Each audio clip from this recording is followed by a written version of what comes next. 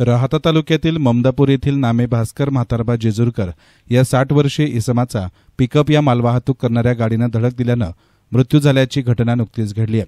सदर घटना ही ममदापूर बस स्थानकाजवळील कळमकर मळा फाटा परिसरात घडली असून सदर इसम आपल्या पत्नीसोबत संध्याकाळी शेतातून आपल्या घरी जाण्यासाठी बाभळेश्वर श्रीरामपूर महामार्ग ओलांडत असताना भरधाव वेगाने येणाऱ्या पिकअपनं त्यांना धडक दिली आहे। या धडकेमध्ये त्यांचा जागीच दुर्दैवी मृत्यू झाला। सुदैवानं पत्नी यामागे राहिल्यानं त्या या अपघातातून बचावल्या आहेत। भास्कर जेजुरकर यांच्या पश्चात त्यांना पत्नी, 2 मुलं आणि 1 मुलगी असा परिवार आहे।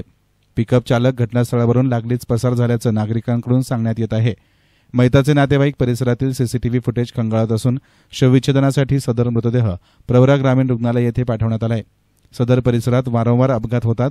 बऱ्याच लोकांना या ठिकाणी आपला जीव गमवावा लागलाय।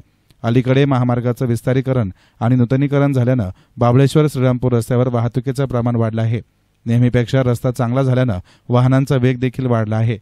वारंवार अशा प्रकारचे जीवघेणे अपघात होऊ नये म्हणून सार्वजनिक बांधकाम विभागानं सदर भागात काही उपाययोजना कराव्यात अशी अपेक्षा परिसरातील नागरिक व्यक्त करतायत। सदर घटनेनं ममदापूर परिसरावर शोककळा पसरली असून शोकाकुल वातावरणात त्यांच्यावर अंत्यसंस्कार करण्यात आले। एस्तान मीडियासाठी प्रतिनिधी युनुस इनामदार, श्रीरामपूर।